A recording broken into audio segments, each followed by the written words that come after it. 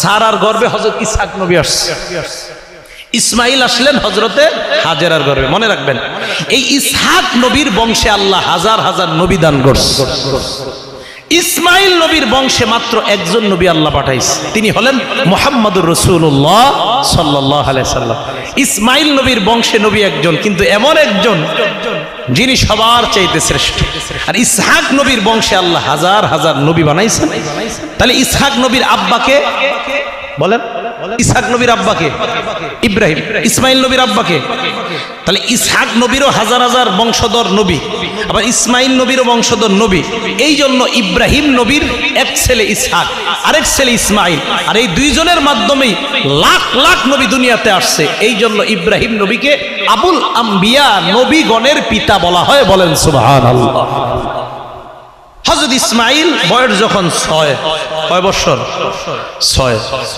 ইব্রাহিম নবীকে আল্লাহ একদিন স্বপ্নে দেখায় রাতের বেলা। তাফসীরে জালালাইন, জুমাল অথবা সাবি নামক হাসিয়ায় পাবেন।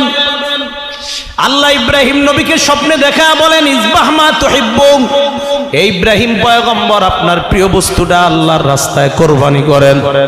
ইব্রাহিম নবী স্বপ্ন থেকে জায়গা 100 উট আল্লাহর রাস্তায় কোরবানি করে দেয়। 2 নাম্বার দিন আবার স্বপ্নে দেখলেন, ইসবাহ মা তুহিব্বু, আপনি আপনার প্রিয় বস্তুটা আমার রাস্তায় কোরবানি করেন। ইব্রাহিম নবী আবার 100 উট কোরবানি করলেন। আবার 3 নাম্বার দিন স্বপ্ন দেখলেন, কে যেন ডাক দিয়া কয়, আপনি আপনার প্রিয় বস্তু কোরবানি করে দেন। ইব্রাহিম নবী এবার চিন্তা করলেন, আমি 3 দিন একই স্বপ্ন দেখলাম, আমার প্রিয় বস্তু কি? আমি ওট কোরবানি করলাম, তার মানে ওট আমার প্রিয় না। অনেকক্ষণ চিন্তা করে দেখলেন, দুনিয়ার মধ্যে আমার প্রিয় হলো আমার সন্তান ইসমাইল। ইব্রাহিম নবী বুঝলেন, আমার ছেলে ইসমাইলকে কোরবানি করার জন্য আল্লাহ বলতেছেন। হাজেরার কাছে গেলেন, যাওয়ার পর বললেন, হাজেরা, আমার ছেলে ইসমাইলকে তুমি সাজা দাও। হাজেরা বললেন, কেন? কয়, তাকে পাহাড়ে নিয়ে যাব। পাহাড়ে কেন নিবেন? কয়, ঘাস কাটার জন্য। কি জন্য? এই জায়গায় একটা কথা মনে রাখতে হবে আপনাদের। আমি আপনাদের এই পূর্বদলা আসলাম, কেউ আমাকে জিজ্ঞাসা করলো কই যান, আমি বলছি ময়মনসিংহ, ঢাকা থেকে। তা আমি কি ময়মনসিংহ হয়ে আসছি এখানে? তাহলে আমার বলাটা কি মিথ্যা হইছে? আমি বলছি ময়মনসিংহ যাব, ময়মনসিংহ থেকে যে পূর্বদলা যাব বলি নাই।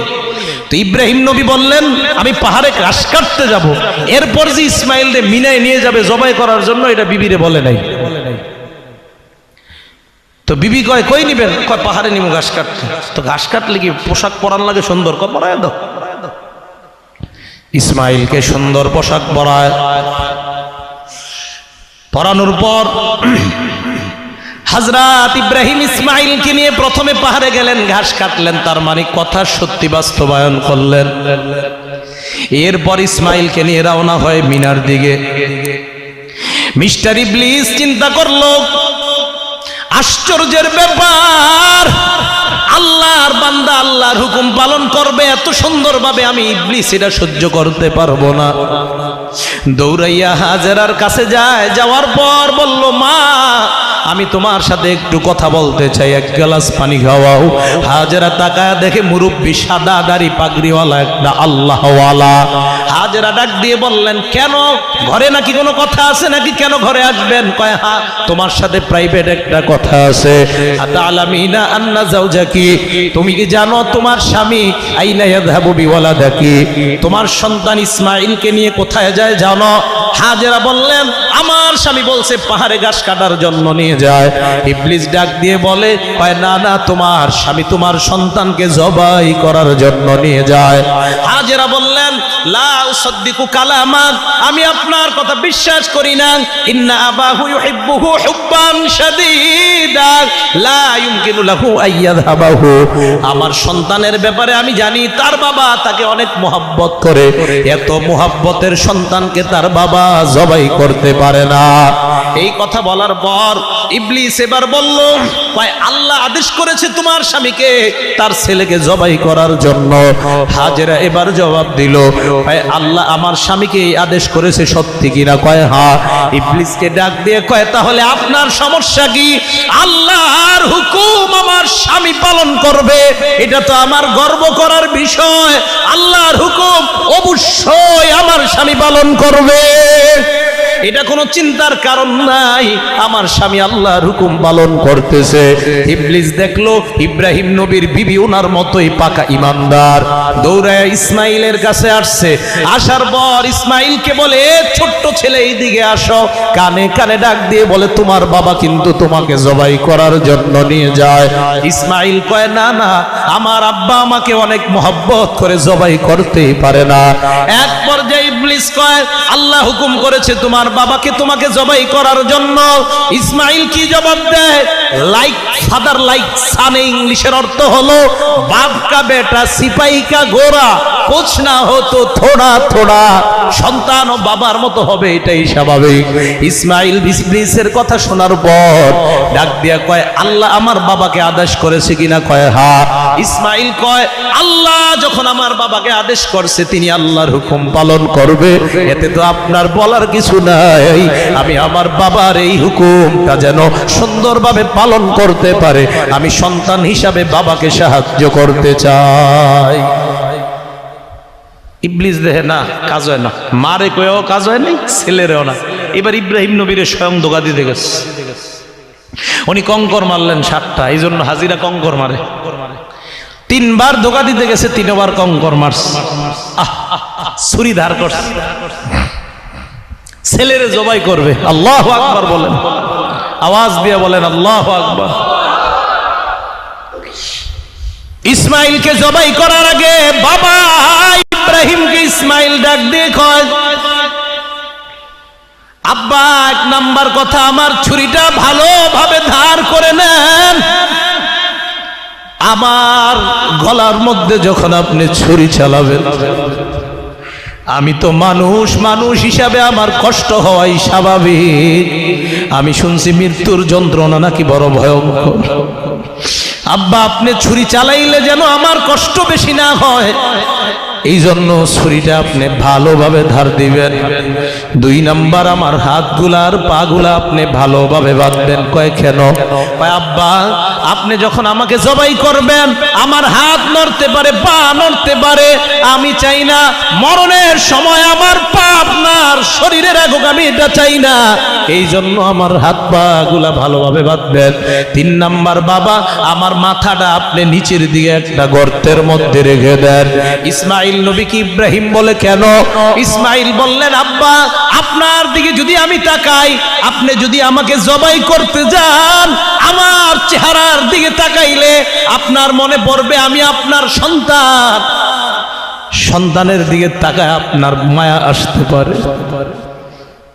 আপনার অন্তরের মধ্যে যেন মায়া না হয়, আল্লাহর হুকুম যেন তাড়াতাড়ি পালন করতে পারেন, এই জন্য আমার চেহারাটা আপনি নিচের দিকে রাখবেন। 4 নাম্বার, আমাকে জবাই করার পর আমার রক্ত মাখা জামাটা আমার আম্মার কাছে নিয়ে যাবেন। আসার সময় আম্মার কাছ থেকে বিদায় নিতে পারি নাই, অন্তত জামাটা দেখলে যেন সান্ত্বনা পায়। আব্বা, এই কথাগুলো আমি বলে গেলাম, মেহেরবানি করে তরবারিটা তাড়াতাড়ি আপনি ধার দিয়ে দেন। ইব্রাহিম তরবারি ধার দেয়। ধার দেওয়ার পর ইসমাইলকে যখন জবাই করবে, এই কথাগুলা বলার পর সন্তান ইসমাইলকে বুকে জড়ায় নেয়। দীর্ঘক্ষণ ইব্রাহিম নবী কাঁদলেন, আর ডাক দিয়ে বললেন, সন্তান আমার, তোমার চাইতে আমার উত্তম আর সাহায্যকারী দুনিয়াতে কেউ নাই। আল্লাহর হুকুম পালন করার ক্ষেত্রে কোন সন্তান তার বাবাকে এত সাহায্য করতে পারে? হযরত ইব্রাহিম ছেলেকে জবাই করবে, রিওয়ায়াতে আসছে আসমানের ফেরেশতারাও কাঁদতেছে আল্লাহর দরবারে, আর বলতেছে, আল্লাহ, দুনিয়ার মধ্যে হচ্ছেটা কি? মানুষ মানুষকে জবাই করবে। আল্লাহ, বিষয়টা কিন্তু আমরাও মানতে পারি না। আল্লাহ বললেন, তোমরাই না বলেছিলা মানুষ বানানোর কোনো প্রয়োজন নাই? টাকা দেখো, এই মানুষ আমি আল্লাহর এত মোহাব্বত করে নিজের সন্তানকে জবাই দিয়ে হলেও আমার হুকুম পালন করতে চায়। হযরত ইসমাইলের গলার মধ্যে যেই মাত্র তরবারি চালায়, আল্লাহ জান্নাত থেকে জিব্রাইলের মাধ্যমে একটা আংটা পাঠায় দেয়। বলে দিলেন, জিব্রাইল যাও যাও, তরবারির ধারালো অংশটা লাগা দাও। ইব্রাহিম তরবারি চালায়, তরবারিটা যেন ইসমাইলের গলায় না চলে। আমি ইব্রাহিমের কাছ থেকে কোরবানি চাইলাম, আমি আল্লাহ বান্দার কাছ থেকে কোরবানি চাই, কোরবানি নেই না।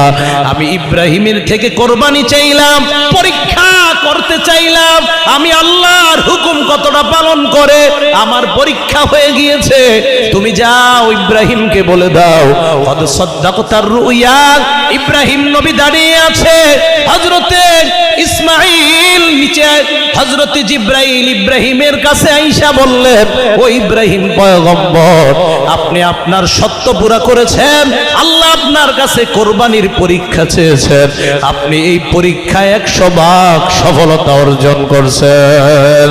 ওয়াফাদাইনাহু বিযিবহিন আযীম, জান্নাত থেকে মোটা তাজা একটা দুম্বা বা বকরি বা ভেড়া আল্লাহ পাঠায় দেয়।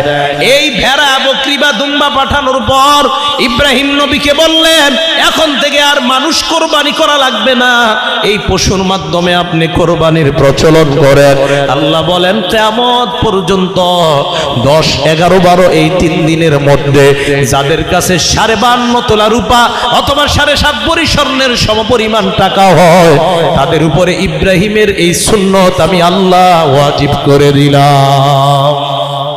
ইব্রাহিম আলাইহিস সালাতু ওয়াস সালাম ছেলের জবাই করতে চাইছে, করছে।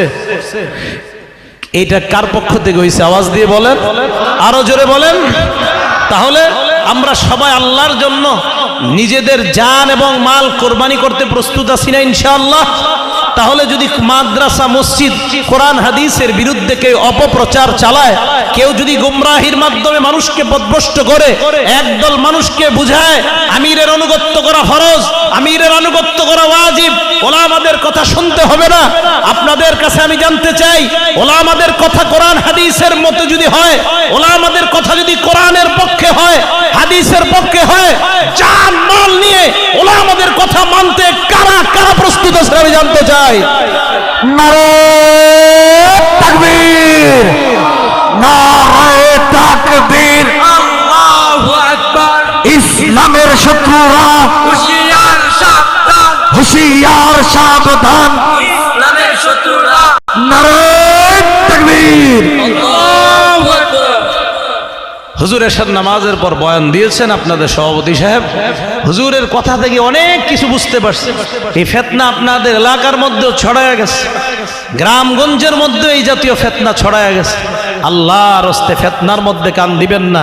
আমি সত্যি কথা বলতেছি, ওলামায়ে কেরাম কখনো আপনাদের শত্রু না, ওলামায়ে কেরাম আপনাদের বন্ধু, ওলামায়ে কেরাম আপনাদের কখনোই শত্রু না। আপনি দেখবেন তাসলিমা নাসরিন খেদাও আন্দোলন, এটা কিন্তু ওলামায়ে কেরাম করেছেন। ফতোয়ার বিরুদ্ধে রায় দিয়েছে 2 জন বিচারপতি, তাদেরকে মোরতাদ ঘোষণা মুফতি আমিনী করেছেন। ওলামায়ে কেরাম নিজেদের রক্ত দিয়েছেন, ফতোয়া কোর্টের মধ্যে বৈধতা প্রমাণ করেছেন। শুধু তাই নয়, 2011 সালের 4 এপ্রিল যখন ফতোয়ার বিরুদ্ধে রাষ্ট্রীয়ভাবে আইন হয়ে যাবে যে ফতোয়া চিরতরে বাংলাদেশ থেকে অবৈধ ঘোষণা করা হবে, আপনারা জানেন 4 এপ্রিল মুফতি আমিনীর হরতালের মাধ্যমে সারা পৃথিবীকে ওলামায়ে কেরাম জানিয়ে দিয়েছে কোরআনের বিরুদ্ধে রায় অন্তত বাংলাদেশের মুসলমান কখনো মানতে পারে না। এই জন্য ওলামাদের সাথে সবাই আসি না ইনশাআল্লাহ।